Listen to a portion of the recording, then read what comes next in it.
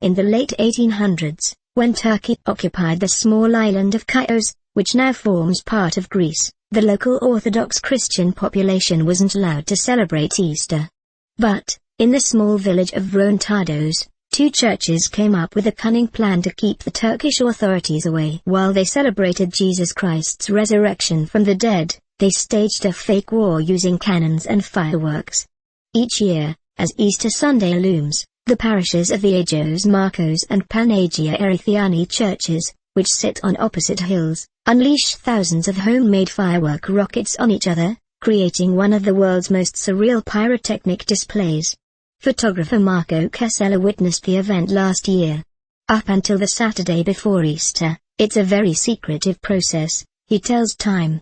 They build these rockets all year long, chopping down trees, turning the wood into charcoal that they mix with sulfur and potassium nitrate to make a basic gunpowder. These homemade rockets are then stocked in houses up in the mountains, away from prying eyes.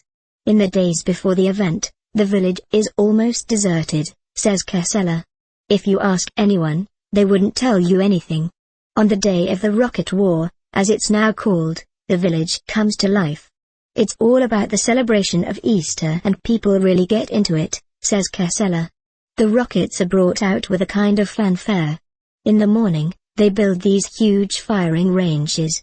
One of the teams has this incredible barricade that goes across the valley, and they use scaffolding poles and planks to create this walkway that's 10 to 20 feet up in the air. In the evening, they launch some rockets to test their aim. And when dusk comes, they all start to fire. Within just a few hours, more than 100,000 rockets are shot across the valley, illuminating the village under the gaze of hundreds of spectators. At 11:30 p.m., a ceasefire is called between both sides to allow parishioners to enter their respective churches for Mass.